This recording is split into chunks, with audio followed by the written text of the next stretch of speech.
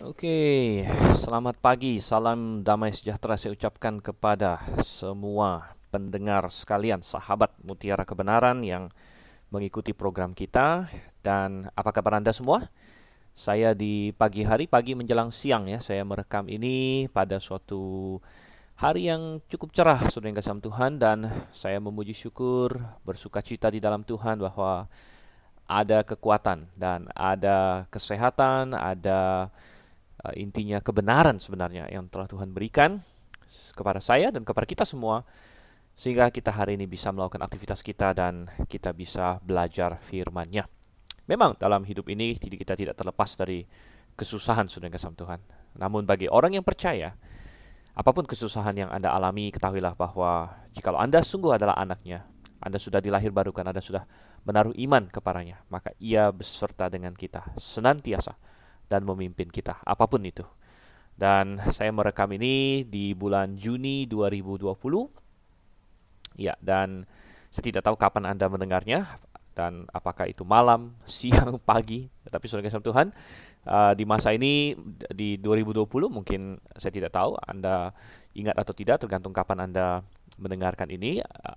Dunia sedang masih menghadapi pandemi COVID-19. Masih banyak orang yang ketakutan, ada banyak kecemasan, ada banyak was-was, dan masih banyak hal yang tidak pasti. Namun, saudara kasih Tuhan, sebenarnya di dunia ini banyak sekali hal yang tidak pasti ya. Kita berangkat keluar atau diam di rumah saja bisa tiba-tiba mati. Oleh karena itu, satu-satunya kepastian adalah kalau kita berada di dalam Yesus Kristus, maka kita tahu apapun yang terjadi, segala sesuatu bekerja untuk kebaikan kita. Oke, dan masuk ke dalam topik pembahasan Mutiara Kebenaran kita, yaitu sesi ke-18 dari kitab Ulangan. Mari kita buka Ulangan pasalnya yang ke-18, saudara yang kasih dalam Tuhan. Ulangan pasal yang ke-18. Puji syukur kita sudah sampai di sini. Kalau Anda baru dengan program Mutiara Kebenaran, Anda tahu bahwa, atau saya ingin beritahu Anda bahwa program ini membahas kira-kira 1 jam sehari ya, atau satu sesi, karena bisa saja Anda mau mendengar lebih dari satu sesi sehari, itu terserah Anda sebenarnya.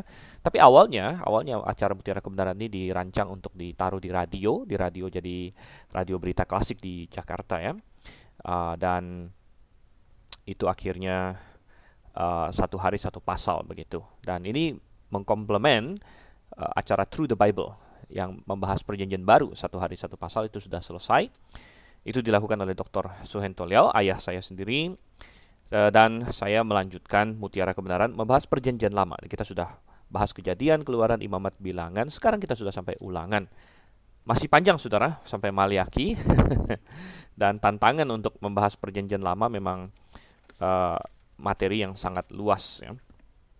Namun jika Tuhan berkenan, kita akan maju terus, kita akan melangkah walaupun formatnya bisa jadi berubah atau entah apa, tapi kita mau belajar firman Tuhan sepenuhnya. Dan kalau Anda tertarik, Anda berkata, wah saya ingin tuh dapat tuh yang Kejadian, Keluaran, Imamat, Bilangan, dapat dari mana? Nah, Anda bisa mendapatkannya, Anda bisa menghubungi GBIA Grafe, Gereja Baptis Independen Alkitabiah Grafe, atau GITS, yaitu Grafe International Theological Seminary. Anda bisa melihatnya di website kami di www.grafe-ministry.org. Dan Anda bisa telepon, Anda bisa tanya-tanya bagaimana Anda bisa mendapatkan dalam bentuk apa, CD kah atau USB atau lain sebagainya, rekaman-rekaman pembahasan firman Tuhan. Baik, kita buka Ulangan pasal 18. Saya harap Anda memiliki Alkitab bersama dengan Anda sehingga kita bisa membahasnya bersama, membuka ayat-ayat yang nanti akan kita bahas secara bersama-sama. Untuk itu kita akan berdoa terlebih dahulu meminta pertolongan Tuhan. Bapa yang di surga, Bapa yang kami dapat kenal, yang dapat kami hampiri hanya karena pendamaian dan pengantara, yaitu Yesus Kristus, yang menjadi juru selamat kami. Bapa yang mengasihi kami dan yang kami kasihi, dan Yesus Kristus yang kami kasihi. Sungguh indah kasih karuniamu besar bagi kami, apapun situasinya Tuhan. Hari ini hamba merekam, ataupun kapanpun para pendengar ini mendengarnya Tuhan. Engkau selalu menyertai orang-orang yang sungguh telah percaya kepadamu, sungguh telah dilahirbarukan menjadi anak-anakmu. Dan Tuhan, kami rindu agar firman-Mu dibukakan, Firman-Mu diterangkan kepada anak-anak-Mu ini supaya kami semakin baik berjalan di dalam hidup kami bersama dengan Engkau. Pimpin kami Tuhan. Kami berdoa dalam nama Yesus Kristus. Amin. Oke, Ulangan pasal 18. Ada 22 ayat di sini. Dan kita akan lihat, saya baca dulu ayat 1 sampai dengan ayatnya yang ke-8. Judulnya penghasilan imam dan orang Lewi. Imam-imam orang Lewi, seluruh suku Lewi, janganlah mendapat bagian milik pusaka bersama-sama orang Israel. Dari korban api-apian kepada Tuhan dan apa yang menjadi miliknya harus mereka mendapat rezeki. Janganlah ia mempunyai milik pusaka di tengah-tengah saudara-saudaranya, Tuhanlah milik pusakanya seperti yang dijanjikannya kepadanya. Inilah hak imam terhadap kaum awam, terhadap mereka yang mempersembahkan korban sembelihan, baik lembu maupun domba. Kepada imam haruslah diberikan paha depan, kedua rahang, dan perut besar. Hasil pertama dari gandummu, dari anggurmu dan minyakmu, dan bulu guntingan pertama dari dombamu haruslah kau berikan kepadanya. Sebab dialah yang dipilih oleh Tuhan Allahmu dari segala sukumu, supaya ia senantiasa melayani Tuhan dan menyelenggarakan kebaktian demi namanya, ia dan anak-anaknya. Apabila seorang Lewi datang dari tempat manapun di Israel di mana ia tinggal sebagai pendatang dan dengan sepenuh hati masuk ke tempat yang akan dipilih Tuhan dan menyelenggarakan kebaktian demi nama Tuhan Allahnya, sama seperti semua saudaranya orang-orang Lewi yang melayani Tuhan di sana, maka haruslah mereka mendapat rezeki yang sama dengan tidak terhitung apa yang ia peroleh dengan menjual harta nenek moyangnya. Oke, baik, saudara kasih Tuhan, saya mengingatkan sekali lagi bahwa kapan kitab Ulangan ini ditulis? Kitab Ulangan ini ditulis ketika orang Israel sudah 40 tahun keluar dari Mesir. Jadi mereka sudah 40 tahun keluar. Sebenarnya mestinya tidak selama itu mereka di padang gurun, namun karena mereka menolak ketika Tuhan menyuruh mereka masuk, mereka menolak karena mereka ditakut-takuti oleh pengintai-pengintai, ya. Bukan hanya itu saja, memang mereka sendiri juga kekurangan iman sehingga mereka menolak untuk masuk, sehingga akhirnya Tuhan bilang oke, muter-muter di padang gurun 38 tahun. Nah, akhirnya mereka melakukan itu. Generasi yang tua yang 20 tahun ke atas semuanya sudah mati, dan sekarang 40 tahun sesudah keluar dari Mesir mereka siap untuk masuk ke tanah Kanaan. Mereka berada di sebelah timur sungai Yordan. Oleh karena itulah ada banyak instruksi di sini mengenai apa yang harus mereka lakukan ketika nanti mereka masuk ke dalam tanah itu. Dan salah satunya di sini adalah mengenai imam-imam orang Lewi, imam orang Lewi. Jadi mereka nanti akan masuk ke tanah Kanaan dan mereka akan berperang, mereka akan menduduki negeri itu, mereka akan menguasainya dan itu akan menjadi milik mereka, dan tentu mereka akan membagi-baginya sesuai dengan suku-suku mereka. Mereka akan nanti kita baca di kitab Yosua, mereka akan membuang undi, ya. Tentu salah satu cara Tuhan bekerja zaman itu adalah membuang undi, saudara kasih Tuhan. Dan itu salah satu cara yang Tuhan pakai, dan mereka akan membuang undi. Jadi melalui undi itu mereka mendapatkan apa yang Tuhan tetapkan bagi tiap-tiap suku. Suku mana dapat wilayah mana, suku mana dapat wilayah mana. Dan berkaitan dengan itu semua, Tuhan mengingatkan bahwa ada satu suku yang sangat spesial, yaitu suku Lewi. Dan suku Lewi tidak mendapatkan milik pusaka di tengah-tengah saudara-saudaranya. Ini di ayat 2, ya. Janganlah yang mempunyai milik pusaka di tengah saudara-saudaranya, Tuhanlah milik pusakanya seperti yang dijanjikannya kepadanya. Dan ini adalah hal yang sebenarnya sudah ada dibahas. Bahkan Ulangan 18 ayat 2 itu ada muncul juga di Bilangan 18 ayat 20. Makanya saya juga mengingatkan mengapa kitab ini disebut kitab ulangan, ya, karena ada banyak mengulang hal-hal yang sudah disebut sebelumnya, namun bukan secara mubazir, bukan percuma, sudah disebut kenapa diulang gitu kan, ada yang bertanya. Tidak, melainkan mengingatkan, menekankan, dan ada hal-hal baru yang mungkin ditambahkan, dan ada penekanan-penekanan tertentu. Namun mengenai bahwa suku Lewi tidak mendapatkan tanah, tidak mendapatkan tanah warisan, tidak dibagikan tanah, itu sudah ada di dalam Bilangan 18, ya. Bilangan 18 ayat 20, Tuhan berfirman kepada Harun, di negeri mereka engkau tidak akan mendapat milik pusaka dan tidak akan beroleh bagian di tengah-tengah mereka. Akulah bagianmu dan milik pusakamu di tengah-tengah orang Israel. Ayat 21, mengenai Bani Lewi, sesungguhnya aku berikan kepada mereka segala persembahan persepuluhan di antara orang Israel sebagai milik pusakanya untuk membalas pekerjaan yang dilakukan mereka, pekerjaan pada kemah pertemuan. Oke, jadi orang Lewi dan imam, ya, tentu karena imam itu pasti berasal dari suku Lewi, karena suku Lewi kan suku yang besar, salah satu suku Israel. Kemudian imam itu sangat spesifik, di dalam suku Lewi hanya satu keluarga yang menjadi imam, yaitu keluarga Harun. Ya, tentu belakangan tentunya keluarga ini akan tambah besar, ya kan, karena Harun punya 4 anak, ya, walaupun 2 mati, Nadab dan Abihu, nah tinggal 2 yaitu Eliezer dan Itamar. Nah, dari 2 anaknya itu nanti akan muncul anak-anak yang selanjutnya akan menjadi satu keluarga imam, saudara yang kasih Tuhan. Dan ya, imam pasti dari suku Lewi, jadi baik imam maupun suku Lewi tidak mendapatkan milik pusaka, melainkan Tuhan bilang, akulah milik pusaka mereka. Dan imam pasti nanti akan tinggal di dekat kemah suci, atau nanti kalau sudah zaman Daud mereka akan pasti tinggal di Yerusalem, yaitu di Bait Suci.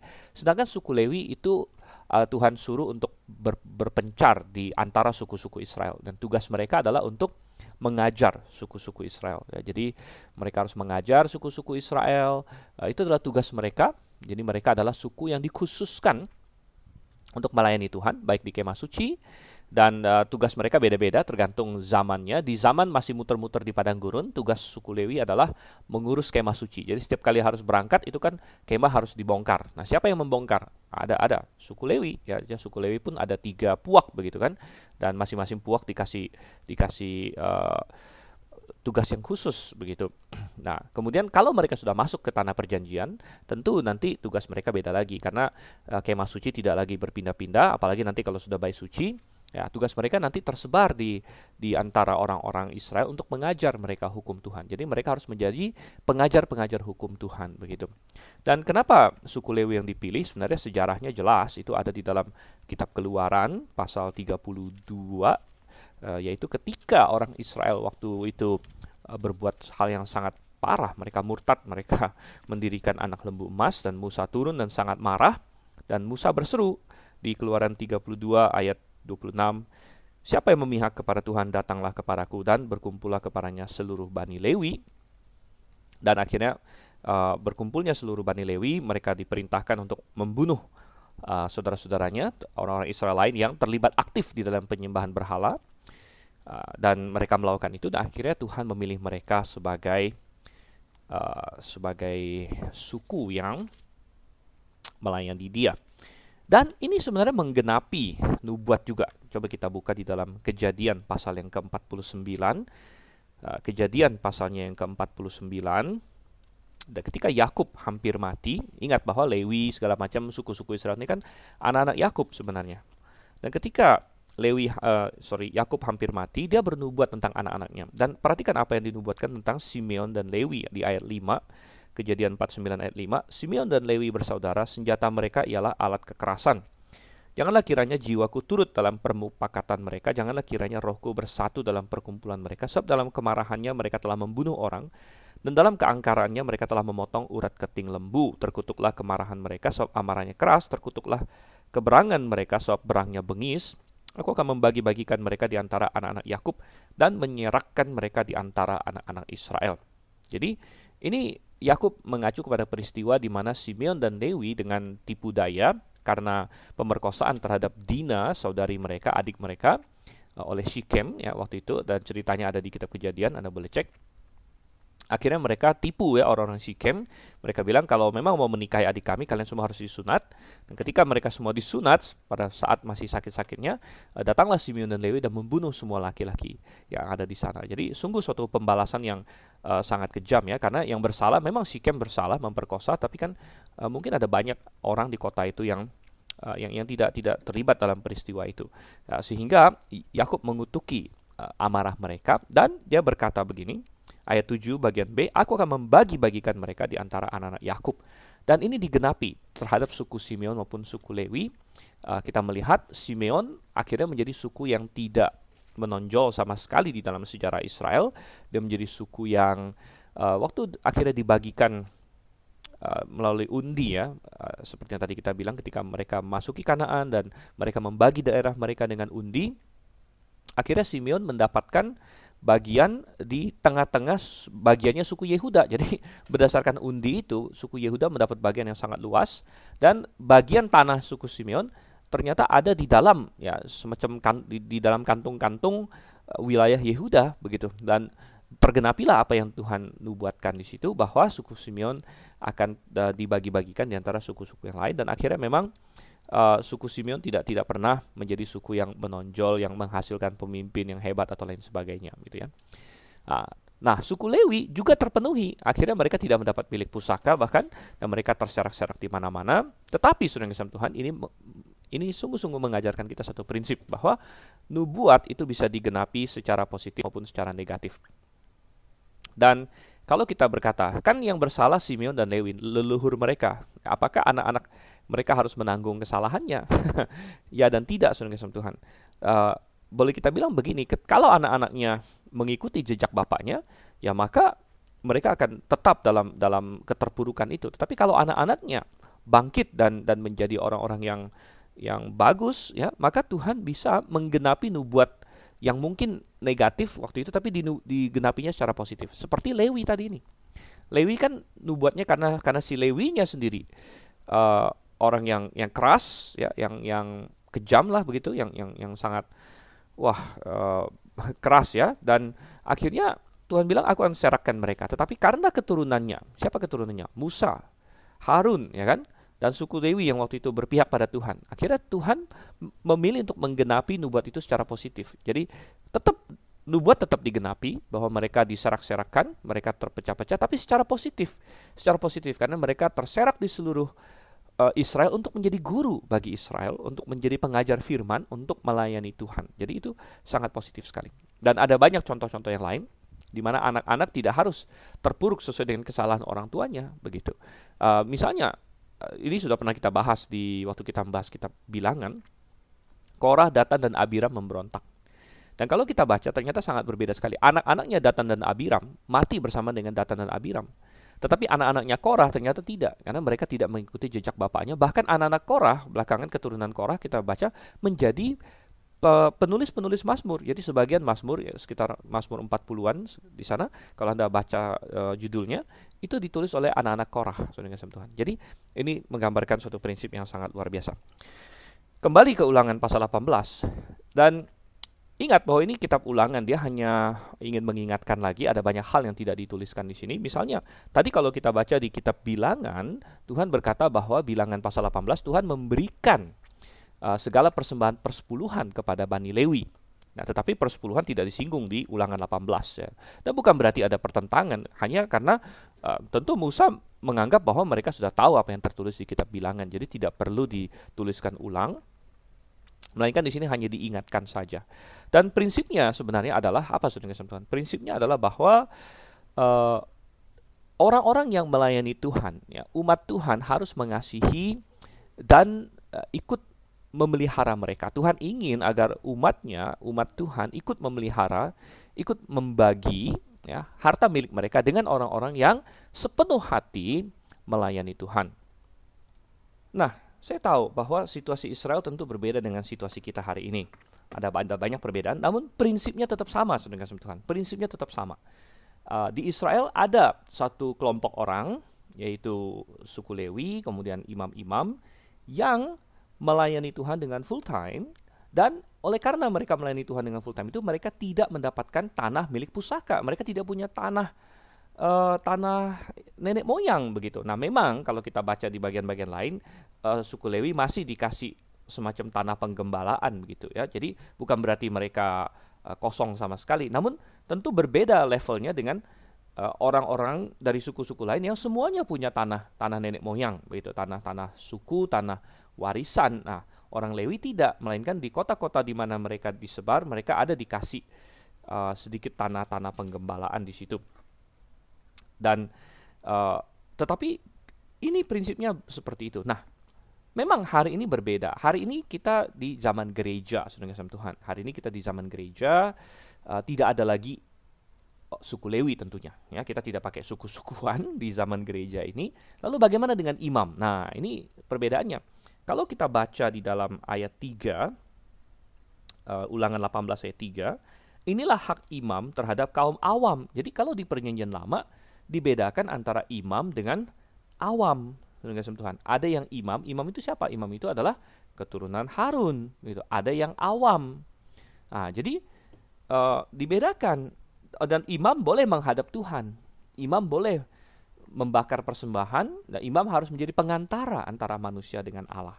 Bagaimana dengan di Perjanjian Baru? Oh, tidak demikian. Di Perjanjian Baru kita membaca, tidak ada lagi dibedakan antara imam dengan awam. Melainkan semua orang Kristen adalah imam. Semua orang yang sungguh-sungguh sudah percaya kepada Tuhan adalah imam. Kita baca di 1 Petrus 2 ayat 9. 1 Petrus 2 ayat 9. Tetapi kamulah bangsa yang terpilih, imamat yang rajani, bangsa yang kudus, umat kepunyaan Allah. Jadi kamulah bangsa yang terpilih, imamat yang rajani. Kamu ini siapa? Kalau kita lihat di ayat 7, kamu yang percaya. Jadi ini berbicara mengenai orang percaya. Dan ini diulangi lagi di Wahyu. Wahyu pasalnya yang kelima, gitu ya. Wahyu pasal 5 misalnya, dan ayat yang ke-9 dan 10. Saya bacakan, dan orang-orang yang diselamatkan di sini mereka bernyanyi seperti ini. Engkau layak menerima gulungan kitab itu, ayat 9 ya. Dan membuka meterai-meterainya karena engkau telah disembeli dan dengan darahmu engkau telah membeli mereka. Nah, mereka di sini sebenarnya dalam teks yang lebih tepat adalah membeli kami gitu ya. Tapi entah mereka entah kami, sebenarnya lebih tepat kami itu mengacu pada orang-orang yang diselamatkan. Telah membeli kami bagi Allah dari tiap-tiap suku dan bahasa dan kaum dan bangsa. Dan engkau telah membuat kami, mestinya lebih tepatnya, membuat kami menjadi suatu kerajaan, menjadi raja-raja lebih tepatnya, dan menjadi imam-imam bagi Allah kita. Ya, jadi intinya di dalam Perjanjian Baru tidak lagi dibedakan imam dengan awam. Nah, kita masih sering mendengar orang Kristen hari ini berkata, oh saya hanya orang Kristen awam saja. Mungkin Anda pernah mendengar. Bahkan mungkin Anda pernah menggunakan istilah itu dengan sendirinya. Sebenarnya kurang tepat, kurang tepat. Saya ngerti maksudnya. Mungkin orang bilang, saya cuma orang Kristen awam. Mungkin maksud dia saya bukan dalam tanda kutip pendeta. Walaupun di Alkitab nggak ada pendeta ya. Dalam pengertian saya bukan pengkhotbah, bukan gembala, bukan apa. Saya orang Kristen awam. Tetapi saudara kasih Tuhan, inilah letak perbedaan. Di mana di dalam Perjanjian Baru Tuhan tidak ingin ada yang awam begitu. Tuhan tidak ingin ada yang awam. Tuhan telah tebus semua kita menjadi imam. Tidak ada lagi perbedaan antara imam dengan awam. Ada gereja-gereja tertentu seperti gereja Katolik, gereja Ortodoks dan gereja-gereja yang lain di mana tetap mereka punya imam dengan awam. The priest, the clergy with the laity, mereka bilang. Dibedakan, laity itu kayak orang awam, kemudian ada priest. Tapi tidak, dalam Perjanjian Baru kita tidak temukan itu. Itu adalah sistem yang salah, sistem yang ngaco, sistem yang tidak alkitabiah. Di dalam sistem yang alkitabiah, semua orang percaya Perjanjian Baru adalah imam. Dan Tuhan ingin semua orang percaya dalam Perjanjian Baru makin mengenal dia, makin mengenal dia, makin mengenal dia. Tidak ada alasan bagi siapapun yang sudah diselamatkan untuk berkata, saya tidak tahu Alkitab, saya tidak begitu mengenal Tuhan. Loh, itu salah kamu berarti. Saya tidak begitu fasih dengan Alkitab, itu salah kamu. Kalau memang kamu baru diselamatkan, oke lah, mungkin kita wajar ya, dia baru diselamatkan, belum lama, masih bayi rohani. Tapi Paulus marah dengan orang-orang Ibrani yang katanya berdasarkan waktu, mestinya kamu sudah jadi guru. Tidak boleh kamu puas dengan kata, saya orang awam, begitu tidak. Kita harus bertumbuh sesuai dengan iman kita, sesuai dengan waktu.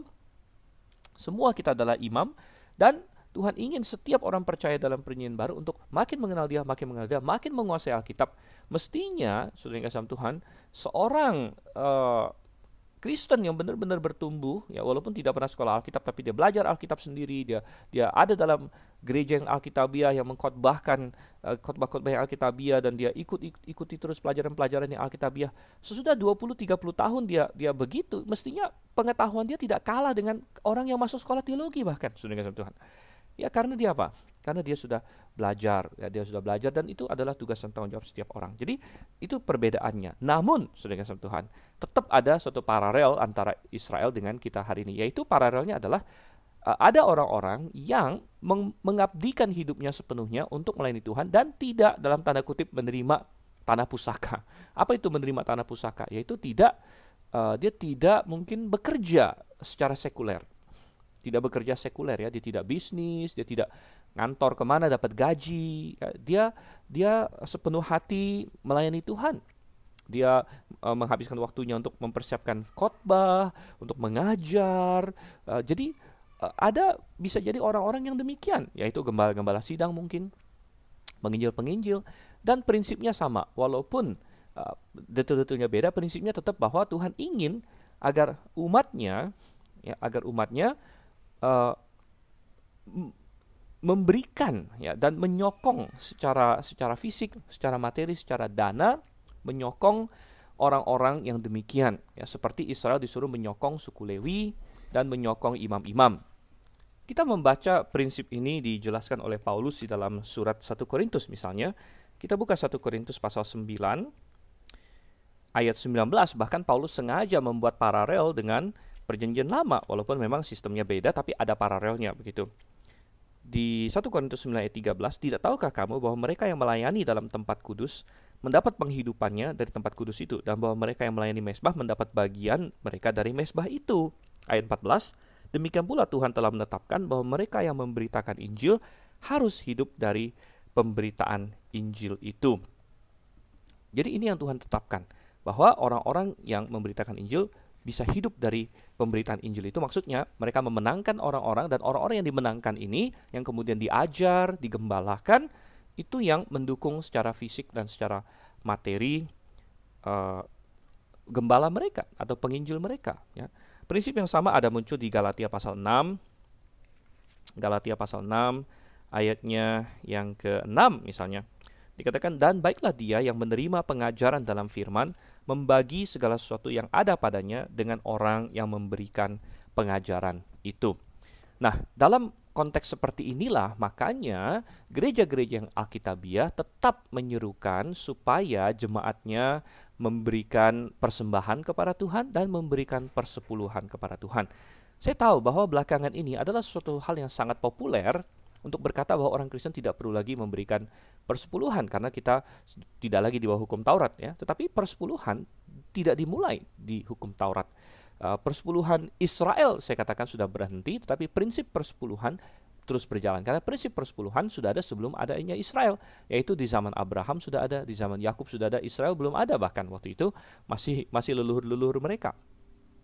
Dan kenapa saudara kasih Tuhan? Karena padanannya adalah suku Lewi ya, di dalam Bilangan 18 yang tadi kita baca, mereka tidak mendapatkan milik pusaka, tapi mereka hidup dari persepuluhan orang Israel begitu. Demikian juga orang yang sungguh-sungguh melayani Tuhan, yang full time melayani Tuhan, mungkin dia tidak bekerja, dia tidak punya bisnis dan lain sebagainya, maka saudara yang kasih Tuhan, dia disokong oleh persepuluhan. Banyak orang yang tidak atau anti dengan persepuluhan karena banyak penyalahgunaan persepuluhan. Ada gereja-gereja tertentu yang jemaatnya mungkin ratusan, ribuan orang, persepuluhannya banyak sekali, semua diambil oleh gembala sidangnya. Gembala sidangnya menjadi super kaya, saudara kasih Tuhan. Nah, bukan itu juga desain Tuhan. Ya, kalau kita lihat di dalam suku Lewi, satu suku didukung oleh 11 suku yang lain. Jadi satu suku tidak dapat milik pusaka didukung oleh 11 suku yang lain. Maka apa yang kita dapatkan di situ adalah bahwa di dalam gereja kami misalnya di GBI Agrave, kami kita ikutin pola yang Tuhan berikan. Jadi gembala sidang berhak mengambil hanya maksimum 11/10 saja. Maksimum 11/10.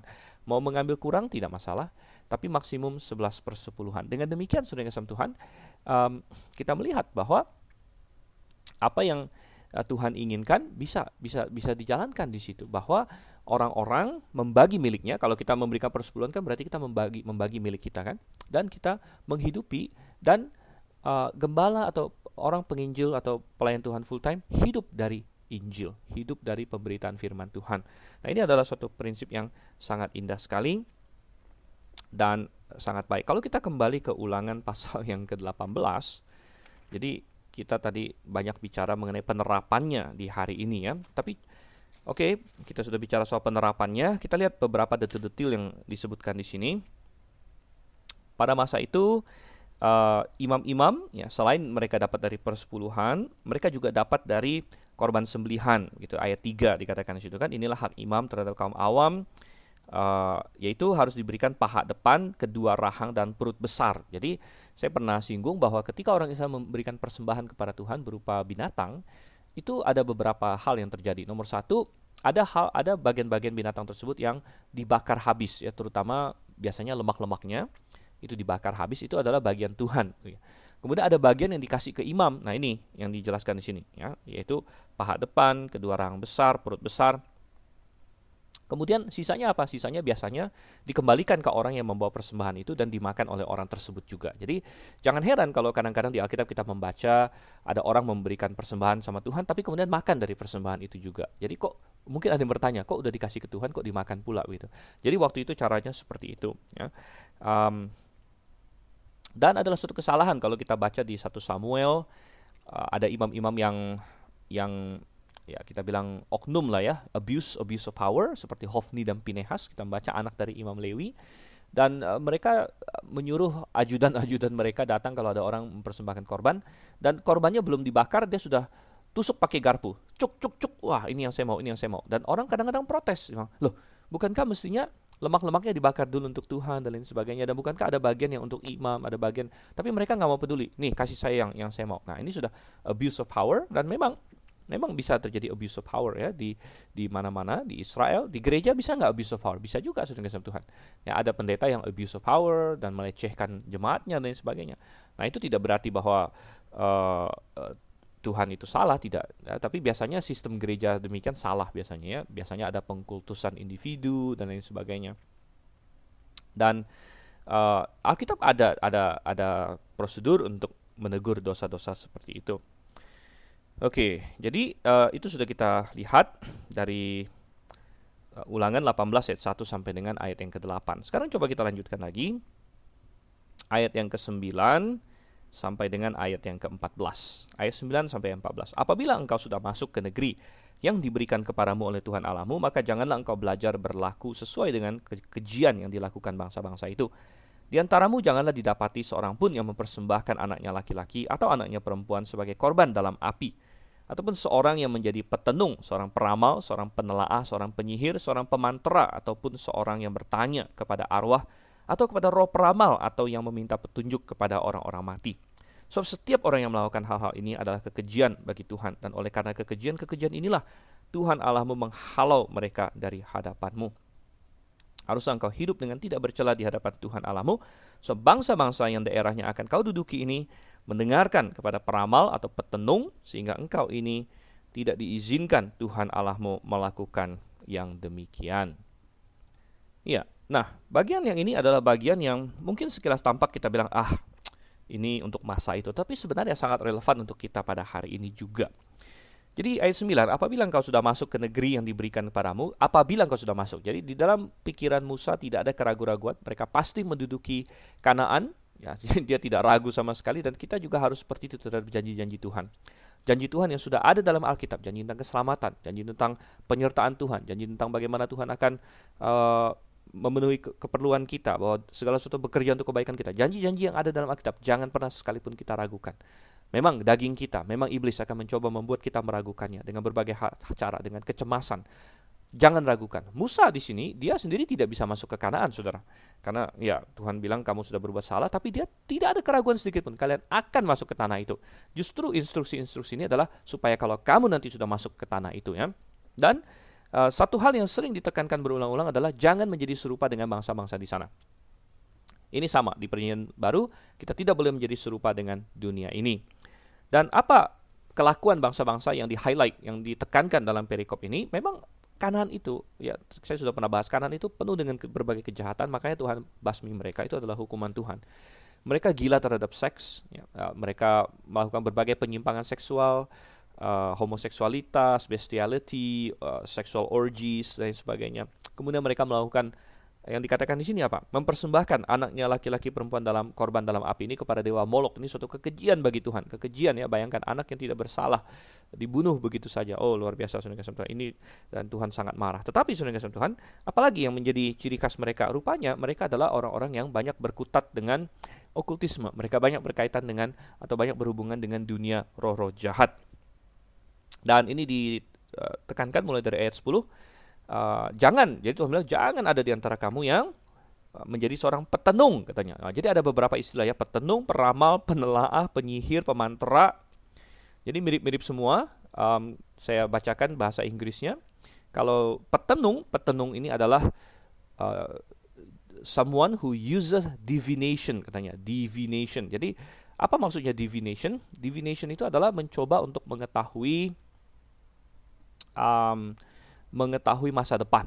Nah, mengetahui masa depan. Jadi ini adalah magic sudah dengan Tuhan. Dan ya, jadi seorang petenung katanya di sini mirip dengan peramal, cuman mungkin metodenya aja yang sedikit berubah. Petenung, peramal, penelaah. Jadi ini sangat mirip ya, tiga hal ini.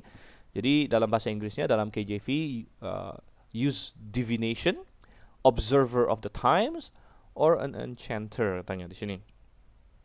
Jadi ini uh, menggambarkan orang-orang yang katanya punya magic, dia bisa tahu masa depan, peramal lah dan lain sebagainya. Oh, sudah kasih Tuhan.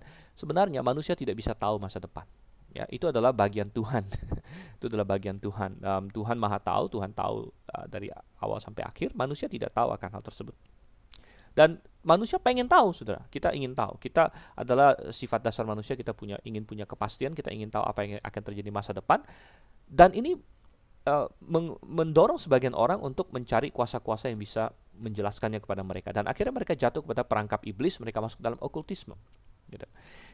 Padahal Tuhan ingin kita percaya kepada Dia, seperti kata lagu himne, I don't know about tomorrow but I know who holds tomorrow, gitu kan. Aku tidak tahu masa depan seperti apa, tapi aku tahu siapa yang memegang masa depan. Jadi magic adalah lawan dari iman. Mengapa Tuhan sangat membenci magic atau sihir atau penyihir? Karena penyihir atau magic berusaha memanipulasi kuasa di atas kita, yaitu dalam tanda kutip Tuhan atau apapun kuasa itu, memanipulasi Tuhan, memanipulasi kuasa untuk kepentingan kita. Itu magic ya kan? Orang belajar magic supaya dia bisa jadi kaya, supaya dia bisa bikin ini, bikin itu. Jadi dia menganggap Tuhan atau kuasa itu sebagai sesuatu yang bisa dia pakai untuk kepentingan dia. Nah, ini berbeda terbalik dengan iman. Iman itu bukan kita memanipulasi Tuhan, saudara. Itu bukan iman. Makanya banyak orang sangat-sangat salah menanggapi kata Tuhan Yesus ya. Kalau kamu punya iman sebesar biji sesawi saja, kamu bisa berkata kepada gunung ini, terangkatlah, tercampaklah ke sana. Jadi orang bilang, wah, mana iman kamu? Ya, iman kamu mana? Masa kecil begitu ya? Coba pindahkan gunung. Sudah bukan itu. Iman itu bukan dalam pengertian kita bisa memanipulasi energi, memanipulasi Tuhan untuk melakukan kehendak kita. Bukan. Iman itu berarti kita percaya kepada Tuhan. Kita percaya kepada Tuhan. Dan kita bersandar kepada Tuhan. Itu iman, sudah Tuhan. Dan iman tidak berarti bahwa kita harus tahu persis apa yang akan terjadi besok. Saya tidak tahu apa yang akan terjadi besok. Ya. Saya tidak tahu, tapi saya percaya apa? Saya percaya Tuhan mengasihi saya. Saya percaya Tuhan beserta dengan saya. Ya, saya tidak tahu apakah ada virus, apakah COVID kah, entah virus yang lain lagi, entah bencana apalah, entah krisis ekonomi lah, entah makanan dari mana, entah pakaian dan lain sebagainya. Tapi saya tahu, firman Tuhan berkata apa? Tuhan mengasihi saya. Aku adalah anaknya. Aku adalah anaknya, dan segala suatu pekerjaan untuk kebaikan saya. Itu yang kita perlukan. Itu iman, saudara kasih Tuhan. Beda dengan magic ya. Dan banyak orang, wah, jadi apa dikatakan di sini? Seorang petenung, peramal, saudara. Dan banyak orang Kristen menganggap banyak hal yang terjadi di dunia ini, ya itu cuma main-main, itu tidak ada masalah. Oh, kadang-kadang berbahaya. Misalnya apa? Astrologi. Astrologi ya, astrologi itu apa? Astrologi beda dengan astronomi ya. Astronomi itu memang ilmu tentang bintang dan sebagainya, itu memang sains. Tapi astrologi itu adalah suatu ilmu-ilmuwan atau suatu kepercayaan sebenarnya yang percaya bahwa bintang-bintang dan lain sebagainya, misalnya tanda lahir kita lah, entah apa kita lah, mempengaruhi destiny, mempengaruhi nasib kita. Lalu mereka meramal. Ada di berbagai suku bangsa. Sistem Barat ada, sistem Cina ada. Kebetulan saya orang keturunan Tionghoa. Jadi saya sedikit tahu sistem-sistem Tionghoa, walaupun saya tidak fasih sekali gitu ya. Jadi orang bisa dilahirkan di show apa katanya, ya show apa. Show monyet, ya show ayam dan sebagainya. Kalau cuma sekedar begitu aja, tapi ada yang selangkah lebih lanjut lagi, berkata bahwa kamu ini kalau show ini ya, lalu digabungkan ada misalnya naga api, naga tanah dan sebagainya. Lalu seolah-olah itu mempengaruhi nasib kita. Nah, ini sudah salah. Horoskop Barat juga demikian. Kamu ini apa? Scorpio, Virgo, Libra dan sebagainya. Lalu banyak sekali orang, saudara, jutaan orang setiap hari baca di majalah, wah, nasib saya bagaimana minggu ini, bulan ini dan sebagainya. Kadang-kadang dibilang percaya, setengah-setengah percaya mereka bilang. Ya. Karena saya tanyakan, emang kamu percaya begituan? Ya, iseng-iseng katanya. Ya, iseng-iseng itu apa maksudnya, saudara Tuhan? Berarti dia kayak mau percaya, kayak enggak gitu. Tapi saudara Tuhan bilang tidak. Orang Kristen seharusnya tidak ada hubungan dengan itu semua. Ada yang percaya sekali begitu. Nah, ada macam-macam lagi cara. Ada yang pakai garis tangan. Mungkin ada yang pernah lihat ya. Wah, ada garis tangannya lalu diramal, sudah kasih Tuhan. Tuhan tidak mau yang seperti ini.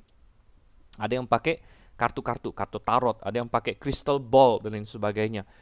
Dan sudah kasih Tuhan, mereka ini menggunakan kuasa kegelapan. Kadang-kadang peramal-peramal begini bisa ada benernya loh, saudara.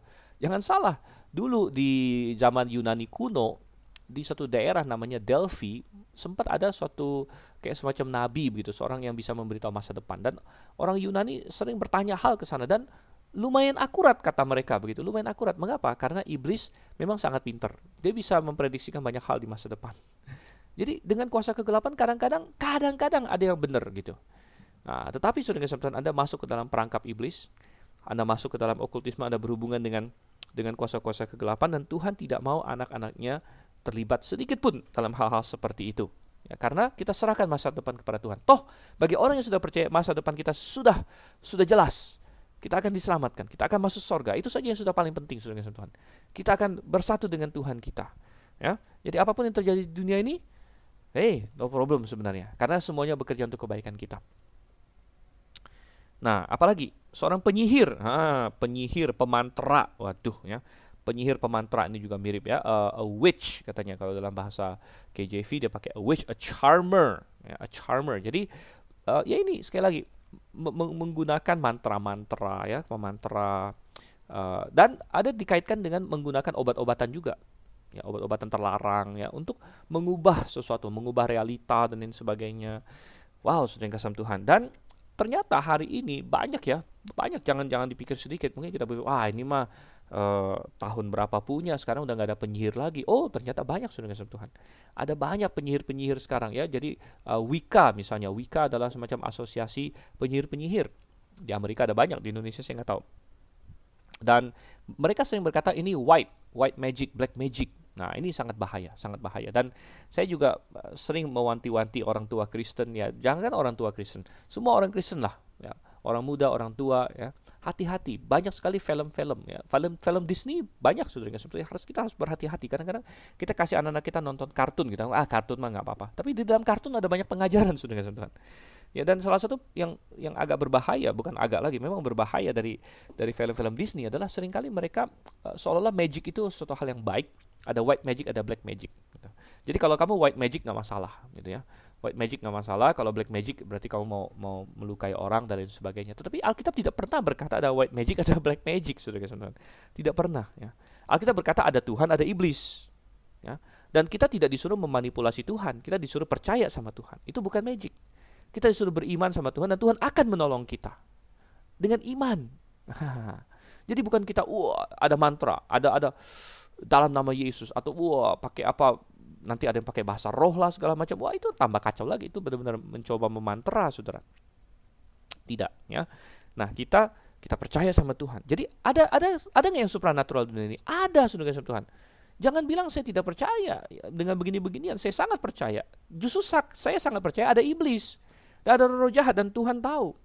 Tuhan tahu. Oleh karena itu Tuhan bilang ini kekejian. Semuanya kekejian, Tuhan bilang.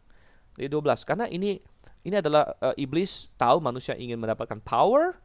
Iblis tahu manusia ingin tahu hal-hal begini, dan dia memasang perangkap yang demikian luar biasa. Jangan kita terlibat. Tidak ada namanya white magic, black magic. Nah, hati-hati ya. Jadi banyak sekali film hari ini selalu menggambarkan ya, film tentang magic kan banyak sekali hari ini kan. Harry Potter, ya, Lord of the Rings segala macam ya. Hati-hati ketika kita menonton, jangan sampai kita menyerap filosofi yang ada di dalamnya, begitu, bahwa ini nih ada orang yang pakai magic bagus, ada orang yang pakai magic jahat. Jadi akhirnya banyak anak setelah Harry Potter makin populer, banyak anak yang bilang saya mau jadi wizard katanya. Wah, saya pengen jadi wizard yang baik katanya. Tapi Tuhan tidak berkata ada wizard yang baik. Jangan ada seorang pun yang menjadi seorang penyihir, seorang pemantra ya. Dan ini ada di game-game juga, saudara. Banyak RPG ya, role playing game. Ya, saya tahu kan, karena saya juga pernah berkecimpung di dunia game, saudara kasih Tuhan. Ya, RPG, salah satu kelas yang paling banyak diminati kan, jadi apa? Jadi mage, jadi penyihir. Jadi seru ya. Mungkin kita berkata itu kan cuma game ya. Oke sih, itu cuma game. Benar, saya dulu juga berpikir begitu, saudara kasih Tuhan. Namun ini tergantung bagaimana ya. tergantung pola pikir kita, ya. Kalau cuman game, ya udahlah, nggak usah lah, kan cuman game gitu. Ya, akhirnya saya berpikir, apa gunanya? Apa gunanya saya menghabiskan waktu? Katakanlah saya bisa memproteksi pikiran saya sekalipun, karena orang berpikir, itu fantasi. Saya bisa membedakan yang fiksi, yang beneran. Oke, katakanlah iman kamu kuat dan sebagainya, tapi toh kamu menghabiskan begitu banyak waktu dalam dunia fantasi, dunia yang bertentangan dengan Tuhan loh. Ya, karena dengan Anda berpura-pura menjadi seorang penyihir di game itu dan sebagainya, lempar sana lempar sini, ada fireball, ada apa, lightning lah, segala macam. Anda pura-pura seperti itu, Anda menaruh perhatian Anda, pikiran Anda begitu dalam di dalam dunia itu, ya. Seandainya pun Anda bisa memelihara iman Anda, hati dan pikiran Anda membedakan fiksi dan non fiksi, apakah pantas ya kita menghabiskan begitu banyak waktu di sana? Ya, jadi itu aja tantangan saya ya kepada orang-orang yang suka hal-hal demikian. Saya tidak berkata semua game itu salah dengan Tuhan, tetapi semakin kita dewasa, semakin kita berpikir, ini adalah dunia yang digambarkan, ini dunia yang tidak ada dalam Alkitab, ya, dunia yang tidak ada Tuhannya. Dan apakah saya senang berada di dunia yang tidak ada Tuhan, gitu? Karena orang kan suka dengan RPG, kenapa? Karena dia suka masuk di dalam dunia itu kan, mengeksplor dunia itu. Tapi kita harus ingat, di dalam dunia yang diciptakan oleh orang-orang yang tidak mengenal Tuhan ini, karena kebanyakan RPG dibuat oleh orang yang tidak mengenal Tuhan, tidak ada Tuhan di dunia itu, karena mereka memang tidak mengenal Tuhan. Dan pertanyaannya, apakah saya senang menghabiskan waktu di dunia yang tidak ada Tuhan? Ya, karena kalau kita RPG, berarti kita senang berada di dunia tersebut, ya kan? Ada Dragon Age, ada apalagi yang terkenal, yang dibikin Bethesda, apa tuh saya lupa tuh namanya, Elder Scrolls, ya. Nah, yang gamer-gamer nih tahu nih semua, ya. RPG, Witcher, yang terbaru lagi segala macam. Jadi mereka menciptakan dunia-dunia ini supaya kita yang ada di realita, kita mau tenggelam ke dalam dunia yang mereka ciptakan, seru gitu di dunia itu. Tapi kita harus ingat, di dunia itu tidak ada Tuhan. Di dunia yang mereka ciptakan tidak ada Tuhan. Dan ada banyak hal yang bertentangan dengan Tuhan. Gitu. Sehingga pertanyaannya adalah, apakah saya senang menghabiskan waktu berada di dalam dunia yang tidak ada Tuhan? Yang value-value-nya bertentangan dengan Tuhan. Dan terus terang, sambil saya sendiri bergumul, karena saya dulu juga gamer, saudara. Saya suka dengan game-game seperti itu. Saya berpikir, sambil saya makin dewasa dalam Tuhan, it's not worth it. It's not worth it, ya. Ini adalah dunia-dunia yang tidak ada Tuhan di dalamnya. Ya. Dan untuk apa? Saya adalah orang yang mengasihi Tuhan.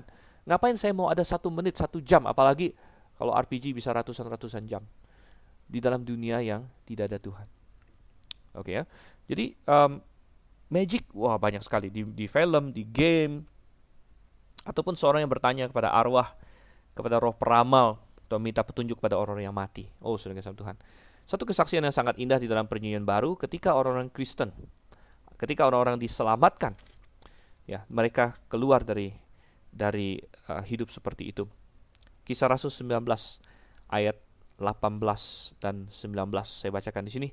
Banyak di antara mereka yang telah menjadi percaya datang dan mengaku di muka umum bahwa mereka pernah turut melakukan perbuatan-perbuatan seperti itu. Banyak juga di antara mereka yang pernah melakukan sihir, mengumpulkan kitab-kitabnya lalu membakarnya di depan mata semua orang. Nilai kitab-kitab itu ditaksir 50.000 uang perak. Jadi mereka membakarnya, mereka menghilangkannya, saudara kasih Tuhan. Nah, ini yang penting, ya. Jadi sungguh kita melihat di sini, kembali ke Ulangan pasal 18, ya, jangan kita meniru dunia ini. Kita baca ayat 15 sampai ayat 22. Seorang nabi dari tengah-tengahmu, dari antara saudara-saudaramu, sama seperti aku, akan dibangkitkan bagimu oleh Tuhan Allahmu. Dialah yang harus kamu dengarkan, tepat seperti yang kamu minta dahulu kepada Tuhan Allahmu di Gunung Horeb pada hari perkumpulan, dengan berkata, tidak mau aku mendengar lagi suara Tuhan Allahku, dan api yang besar ini tidak mau aku melihatnya lagi, supaya jangan aku mati. Lalu berkatalah Tuhan kepadaku, apa yang dikatakan mereka itu baik. Seorang nabi akan kubangkitkan bagi mereka dari antara saudara mereka seperti engkau ini. Aku akan menaruh firmanku di dalam mulutnya, dan ia akan mengatakan kepada mereka segala yang kuperintahkan kepadanya. Orang yang tidak mendengarkan segala firmanku yang akan diucapkan nabi itu demi namaku, daripadanya akan kutuntut pertanggungjawaban. Tetapi seorang nabi yang terlalu berani untuk mengucapkan demi namaku perkataan yang tidak kuperintahkan untuk dikatakan olehnya, atau yang berkata demi nama Allah lain, nabi itu harus mati. Jika sekiranya kamu berkata dalam hatimu, bagaimanakah kami mengetahui perkataan yang tidak difirmankan Tuhan? Apabila seorang nabi berkata demi nama Tuhan dan perkataannya itu tidak terjadi dan tidak sampai, maka itulah perkataan yang tidak difirmankan Tuhan. Dengan terlalu berani nabi itu telah mengatakannya, maka janganlah gentar kepadanya. Wow, ini adalah nubuat yang sangat luar biasa. Dan di ayat 15, seorang nabi dari tengah-tengahmu, dari antara saudara-saudaramu, sama seperti aku, akan dibangkitkan bagimu oleh Tuhan Allahmu. Dialah yang harus kamu dengarkan. Ya, dan ini digenapi oleh Tuhan Yesus Kristus, saudara yang kasih Tuhan. Jadi Musa memang mentipologikan, menggambarkan Yesus Kristus dalam banyak hal. Dan ini sudah pernah kita bahas dalam kitab Keluaran, di mana Musa misalnya sama-sama mengeluarkan ya, atau menebus bangsanya, sama-sama waktu lahir mau dibunuh oleh raja Musa. Jadi banyak sekali paralel antara Musa dengan Tuhan Yesus yang tidak akan kita bahas semuanya. Namun saudara yang kasih Tuhan, ini juga adalah salah satu paralelnya di mana Tuhan akhirnya berkata bahwa aku akan membangkitkan seorang nabi yang sama seperti engkau, ya. Dialah yang harus kamu dengarkan. Dan ini digenapi oleh Yesus Kristus. Kita masih ingat pada waktu dia diubah di atas gunung Transfigurasi, dan waktu itu hanya ada 3 orang saksi, yaitu Petrus, Yakobus, dan Yohanes. Dan itu di Matius 17 misalnya, terdengar suara di situ. Terdengar suara, ya. Inilah anak yang ku kasihi. Ini Allah Bapa berseru dari sorga. Kepadanya lah aku berkenan, dengarkanlah dia, ya. Dan ayat-ayat firman Tuhan lain memberitahu kita bahwa ini digenapi oleh Tuhan Yesus. Kisah Rasul 3 ayat 19 sampai 26 misalnya. Kisah Rasul 3 ayat 19 sampai 26. Dan kita nggak usah baca semua itu, tapi ayat 22 dikatakan, bukankah telah dikatakan Musa, Tuhan Allah akan membangkitkan bagimu seorang nabi dari antara saudara-saudaramu sama seperti aku. Dan di sini Petrus berkhotbah bahwa ini digenapi oleh Yesus Kristus. Demikian juga Stefanus pernah berkhotbah di Kisah Rasul 7 ayat 37 dan mengutip ya, ulangan di sini, seorang nabi seperti aku ini akan dibangkitkan Allah bagimu dari antara saudara-saudaramu. Dan Stefanus berargumen bahwa itu adalah Yesus Kristus. Nah, orang Islam ada yang berargumen bahwa ini adalah Muhammad, tapi sangat tidak cocok sama Tuhan, karena Muhammad bukan orang Yahudi, sedangkan Nabi ini dibangkitkan dari tengah-tengahmu, dari antara saudara-saudaramu. Jadi Nabi ini pasti orang Yahudi. Lagi pula Muhammad sama sekali jauh perbedaannya dengan Musa, ya, sangat-sangat berbeda sekali. Dan Yesus Kristus menggenapi ini. Dialah sang nabi sebenarnya, dialah sang nabi. Karena nabi itu apa sih? Nabi itu artinya adalah orang yang menyatakan firman Tuhan, yang menyatakan Tuhan sebenarnya. Dan tidak ada lagi yang bisa menyatakan Tuhan lebih daripada Yesus Kristus, karena Yesus Kristus adalah Tuhan. Yohanes 1 ayat 18, ya, bahwa tidak seorang pun pernah melihat Allah, namun anak tunggal Allah yang duduk di pangkuan Bapa, dialah yang menyatakannya. Oleh karena itulah di dalam Ibrani pasal 1 ayat 1 dan 2, di situ kita melihat progresi di mana dikatakan ayat 1, setelah pada zaman dahulu Allah berulang kali dan dalam berbagai cara berbicara kepada nenek moyang kita dengan perantaran nabi-nabi, maka pada zaman akhir ini Ia telah berbicara kepada kita dengan perantaran anaknya. Jadi Yesus Kristus adalah puncak dari pewahyuan sebenarnya, puncak dari pewahyuan. Dan dia datang, dia menjadi manusia. Pada waktu itu dia adalah sang nabi. Nah, oleh karena itu Yesus adalah Mesias. Karena Mesias itu yang diurapi. Jadi dia menggenapi nabi, rasul, dan imam. Yesus adalah raja. Nabi, raja, dan imam sekaligus. Dan dia sebagai nabi, dia menyatakan firman Tuhan. Dan dia menyatakan firman Tuhan sepenuhnya. Setelah dia naik ke sorga, dia bekerja melalui rasul-rasulnya untuk menyelesaikan kitab perjanjian lama. Dan kitab perjanjian lama itulah the final word, ya. The final word itu adalah karya Yesus Kristus melalui Roh Kudus, melalui rasul-rasulnya. Dan oleh karena itu hari ini, saudara kasih Tuhan, hari ini tidak ada lagi nabi-nabi, saudara. Makanya di dalam surat Petrus 2 Petrus 2 ayat 1, sebagaimana nabi-nabi palsu dahulu tampil di tengah-tengah umat Allah, demikian pula di antara kamu akan ada guru-guru palsu. Jadi dulu ada nabi palsu, sekarang ada guru palsu. Kenapa? Ya karena kalau nabi sekarang sudah pasti palsu, saudara yang kasih Tuhan. Tidak ada lagi nabi yang asli, begitu. Jadi yang harus diwaspadai adalah guru palsu. Perlu nggak waspada nabi palsu? Ya perlu juga, tapi lebih gampang diidentifikasi karena Hari ini saudara kasih Tuhan, kenapa Tuhan tidak kirim nabi-nabi lagi? Karena sudah selesai. Kalau Tuhan ingin katakan apa lagi, itu sudah ada dalam perjanjian baru dan perjanjian lama, sudah lengkap semuanya. Nah, karena sudah lengkap, inilah firman yang lengkap. Yang lengkap itu kata lain yang sempurna. Lengkap, sempurna. Itulah yang dikatakan dalam 1 Korintus 13 ayat 8 sampai 10 bahwa nubuat kita tidak sempurna. Paulus bilang waktu Alkitab belum selesai. Jadi nubuat tidak sempurna, tidak lengkap, belum lengkap ya. Tidak ada seorang nabi pun yang dikasih nubuat langsung dari Matius sampai Wahyu, tidak. Pasti sepotong-sepotong. Tapi nanti kalau sudah yang sempurna, yang lengkap itu tiba, barang yang lengkap itu tiba, maka yang tidak sempurna akan diberhentikan, katanya di situ. Jadi sangat jelas sekali. Kita melihat di sini nabi ya, yaitu Yesus Kristus, kembali ke Ulangan pasal 18, seorang nabi akan Tuhan bangkitkan, ini adalah Yesus Kristus.